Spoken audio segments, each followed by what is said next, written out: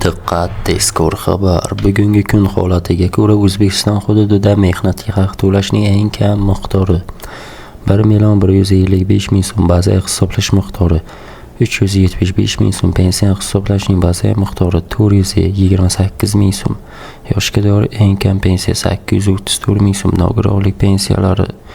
jumladan ish staji to'liq bo'lmagan chog'dagi nogironlik pensiyasining eng kam miqdori 920,000 so'm, mehnatga layoqasiz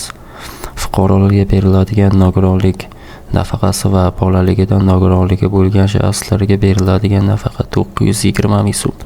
belgilangan yoshga doir eng kam pensiya miqdori